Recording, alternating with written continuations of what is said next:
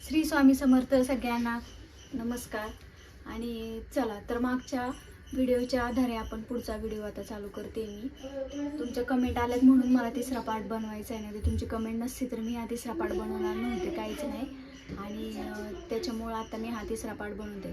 तर मी तिथून पुढे आईवडिलांकडे आले। आईवडिलांनी मग नंतर 2 मुली मी सांभाळायचं। आता कसं सांभाळायचं त्यांना पण मोठा प्रश्न होता। पण शेवटी कसं असतं, आईवडिलांचं कसं असतं की मुलगी जी आपली पोटात जड होत नाही ती वाट्यात जड कशी होईल त्यांना तर आता सांभाळणं भागच होतं।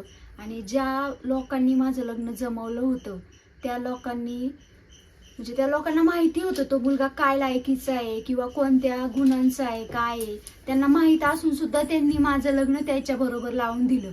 म्हणजे त्यांनी मला एक प्रकारचं खड्ड्यात टाकल्यासारखं केलं। पण कसं असतं माहिती आहे ना, देव आहे ना सगळ्यांच्या बरोबर असतो। जर तुम्ही आज माझं वाईट केले पण उद्या हे तुमच्या बाबतीतही होणार आहे आणि ते होणार आहे। मी म्हणत नाही पण ते होईल, त्यांचं कधी ना कधी तर वाईट होणारच आहे। त्यांनी असं नव्हतं करायला पाहिजे। त्यांना सगळ्या गोष्टी माहिती असून सुद्धा जर त्यांनी हा माझ्याबरोबर एक फसवणूक केली माझी त्यांनी, की यांना सगळं माहिती असून पण त्यांनी माझ्याबरोबर त्या मुलाचं लग्न लावून दिलं। आणि माझे आईवडील काय एवढे श्रीमंत नव्हते की त्यांनी माझं एवढं वाटोळं झालं तरी मला आयुष्यभर सांभाळलं असतं। कसं त्यांची परिस्थिती त्यांना माहिती, 2 मुली 1 मुलगा त्यांना। ते एकतर माझी आई मेसचे डबे बनवत होती, मेसचे डबे बनवायचे त्यावेळेस माझे वडील सेंटरिंगचे काम करायचे। त्याच्यामध्ये काही किती त्यांना असं महिन्याला असं काही लाखभर रुपये पण त्या टायमाला भेटत होते, 30, 10, 20, 1,000 रुपये महिन्याला भेटायचे। त्याच्यामध्ये माझ्या 2 मुली सांभाळायला लागायच्या त्यांना, मला पण सांभाळायचं।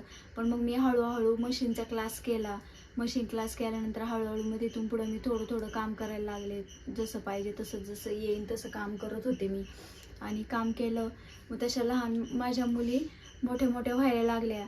एका बापाला लहान मुलीचं पहिलं पाऊल, पहिले ते बोबडे शब्द हे काय आहेत हे त्या माणसाला माहितीच नाही। तो दुर्दैवी माणूस, त्या माणसाने जगूच नाही मी असं म्हणते। अशा माणसाने, चांगली माणसं देव पटकन नेतो पण ही वाईट माणसं दुसऱ्याला त्रास देण्यासाठी खाली ठेवतो। कशाला ठेवली पाहिजे अशी माणसं? त्याचं कर्म इतकं घाण आहे। त्यांनी आपल्या बायकोला तर जाऊ दे, बायको एक वेळ समजा तू मला काही नको, पण निदान स्वतःच्या लेकरांचा तरी विचार करायला पाहिजे होता त्यांनी।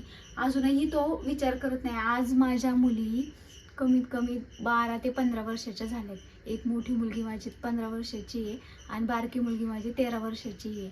पण त्याला मुली कधी मोठ्या झाल्या, त्यांचं चालायला कधी लागल्या, बोलायला कधी लागल्या, शाळेत पहिल्यांदा कुठं गेल्या, काय गेल्या हे त्याला कसलंच काय माहिती नाही। तर काय हा बाप काय उपयोगाचा आहे? काय दुर्दैवी बाप आहे हा। आणि एक दिवशी तो यायचा जायचा, आई वडील माझे त्याला ये जा म्हणायचे। पण कसं असतं, काही गोष्टी मला मान्य नव्हत्या आणि मी मुलींना सांगून ठेवलं होतं तुम्हाला जर पटत असेल, तुम्हाला जर आवडत असेल त्याच्याबरोबर बोलायला तर तुम्ही बोलू शकता। तुमचा शेवटी तो जन्मदाता बाप आहे। मी तर त्याच्याबद्दल कधीच वाईट सांगितलं नाही। पण त्यांना त्याच्या कृतीतून कळायला लागलं की तो आपला बाप कसा आहे, काय आहे, आपल्या आईला किती त्रास देतोय। त्यांना त्या मुलींना जर विचारलं त्यांच्या तिकडचं म्हणजे वडिलांच्या इकडचे नातेवाईक जर विचारलं तर त्या मुलींना जेमतेम 2-3च नाती माहिती आहेत, याच्या व्यतिरिक्त काहीच माहिती नाहीये। आणि त्यांनी तिकडच्या लोकांनी सुद्धा कधीही संपर्क करायचा प्रयत्न केला नाही माझ्याशी की तू कशी आहेस, बरी आहे का नाही आहे, तू जगती कशी। 2 मुलींना मुलगा असं तर ठीक आहे, पण तू त्या 2 मुलींना घेऊन कशी जगती, काय करती तू? आई वडील आहे तुझे, ठीक आहे, वडील तर एक्सपायर झाले, 12 वर्ष झाले। माझी लहान मुलगी ज्यावेळेस मी प्रेग्नेंट होते त्यावेळेसच ते वडील वारले माझे। पण माझे आई भाऊ मला कसे सांभाळतात का नाही सांभाळत, काय करती काय नाही, साधा एक कॉल करून सुद्धा मला विचारत नाही। असली दुर्दैवी माणसं आहेत ही माणसं नाही म्हणण्यासारखी, एक दळिंद्री माणसं माझ्या आयुष्यात आली। यांनी माझ्या आयुष्याचं वाटोळं केलं आणि स्वतः खुशीमध्ये राहतात। ह्यांना देव कुठं ना कुठं तरी शिक्षा दिल्याशिवाय राहणार नाहीये। आणि हा माझा नाही पण माझ्या मुलींचा तळतळ त्यांना कुठंतरी लागणार म्हणजे लागणार, एवढं मात्र नक्की आहे। आणि तिथून पुढं मग मी आज मी कोणत्या परिस्थितीत जगते ना हे फक्त माझ्या जीवाला माहिती आहे। मी आज आईपासून वेगळं राहायला लागले, कारण ती तरी मला किती दिवस सांभाळणार किंवा मी तरी किती दिवस हिच्यावर बोज म्हणून राहणार आहे। म्हणून मी एकटी राहते माझ्या मुलींना घेऊन। 2 मुलीला मी नंतर माझं दुकानाचं माझं एक टेलरिंगचा कोर्स केला होता, तिथून पुढं त्याचं घरी नंतर राहून काम केलं। म्हणजे शिकले मी भरपूर त्यातून। त्याच्यातून पण मध्ये मध्ये नंतर मला काय रिस्पॉन्स नव्हता एवढा जास्त, म्हणजे जास्त काय हे नव्हतं, काम नव्हतं. तर मग मी कंपनी जॉबला जात होते. 2-2.5 वर्ष मी कंपनी जॉब केला. कंपनीमध्ये जॉब केल्यानंतर परत कोरोनाच्या काळामध्ये सगळं कंपन्या वगैरे सगळ्या बंद होत्या. मग नंतर काय करायचं म्हणून परत एक 6 महिने मी झोमॅटोचं डिलेवरी गर्ल म्हणून 2 वर्ष काम केलं. ऊन ताण पाऊस वारा सगळ्या ह्याच्यामध्ये मी 2 वर्ष काम केलं. 2 वर्ष मग मी झोमॅटोचं ऑनलाईन डिलेवरी गर्लचं काम केलं. स्कूटी होती, माझ्या आईने मला घेऊन दिलेली स्कूटी होती, त्या स्कूटीवर मी 2 वर्ष काम केलं. मग नंतर 2 वर्षानंतर परत म्हटलं आता हे खूप धावपळीचं जीवन झाले, मुलींकडे लक्ष देता येत नाही, काहीच नाही. मुलींना त्यावेळी शाळेत सोडवायला न्यायला आणायला मी रिक्षा लावली. रिक्षाचा खर्च, त्यांचा शाळेचा खर्च, त्यांचा कपडा लत्ता, त्यांचं खाणं पिणं दुखणं, कुठं फिरायला न्यायचं काय कसं, ते फक्त माझ्या जीवाला माहिती आहे मी कसं केलं काय केलं. पण तो साधा विचारायलाही येत नाही. आणि म्हणजे आत्ताच 1 वर्ष मागं तो मुलीच्या माझ्या बड्डेला आला होता. तर मला तुम्ही मित्रमंडळींनो मला तुम्ही एवढंच सांगा फक्त मला, की आपण ज्या बाळाला जन्म दिलाय त्या बाळाला आपण ओळखू का नाही ओळखणार? मला एवढ्या प्रश्नाचं उत्तर सगळ्यांनी कमेंटमध्ये नक्की सांगा. कितीही मोठं बाळ झालेलं असलं तरीही आपण थोडी तरी झलकनुसार आपण आपल्या बाळाला ओळखू शकतो का नाही, मला एवढं सांगा. तर हा दुर्दैवी स्वतःची मुलगी त्याच्या समोरून आली तरीही त्याला ती ओळखली नाही की हीच माझी मुलगी आहे. तो तिच्या मैत्रिणींना विचारत होता की या नावाची मुलगी तुझ्या वर्गात आहे का, किंवा ती कुठे आहे काय आहे. ह्या माणसाला लाज वाटली पाहिजे की आपण ज्या मुलाला जन्म दिलाय तेच बाळ जर आपल्याला ओळखत नाही किंवा आपण त्याला ओळखू शकत नाही तर ह्या माणसाने काय जगण्याचा अधिकार आहे या माणसाला? हा माणूस जर मुलाबाळांना सांभाळत नाही, बायकोला सांभाळत नाही, स्वतःचं जीवन त्याने त्याला बाकीचं कोणीही विचारत नाही. त्याला तर आईवडील नाहीच आहेत पहिल्यापासून, म्हणजे आईवडील त्याचे एक्सपायर झालेले आहेत, भाऊ पण एक्सपायर झालेला आहे, त्याच्या 2 बहिणी त्या बिचारा समजा त्यांच्या घरी आहेत, त्यांचा काही विषय येत नाही. पण याला कुणीही विचारत नाही. तर या माणसाचा जगून काय फायदा आहे का तुम्ही मला सांगा फक्त. हा माणूस मेलेला बरा नाही का?